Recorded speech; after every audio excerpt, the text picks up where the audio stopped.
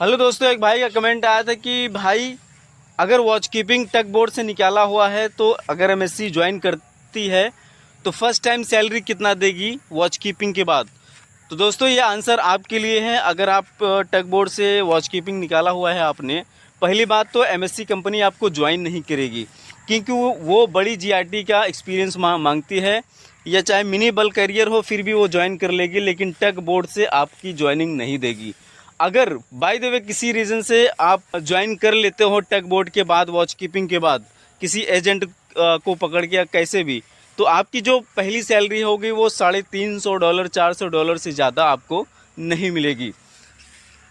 MSc company first time as a training जब किसी को ज्वाइन करती है तो वो $350 $400 से ज़्यादा नहीं देती। अगर आपने एक्सपीरियंस अच्छा है, आपके पास सीओपी है, बड़ी जीआरटी का जहाज का एक्सपीरियंस है, तो अब आपको $1300 $1400 फर्स्ट टाइम में मिलेगा। लेकिन अगर सिर्फ वॉच कीपिंग के बाद आप ज्वाइन करते हो, वो भी सिर्फ टग बोट, यहाँ तक कि मिनी बल्क कैरियर करने के बाद भी लोगों को जो सैलरी मिलती है वो $350 $400 फर्स्ट टाइम मिलती है। सेकेंड टाइम में सैलरी बढ़ाती है एमएससी कंपनी। लेकिन अगर आपने टग बोर्ड से किया है तो बिल्कुल आपको सिर्फ $350 से ज़्यादा नहीं मिलेगा, वो भी आप एजेंट के थ्रू गए होंगे तब, क्योंकि टग बोर्ड के बाद जो है एमएससी कंपनी नहीं लेती डायरेक्ट।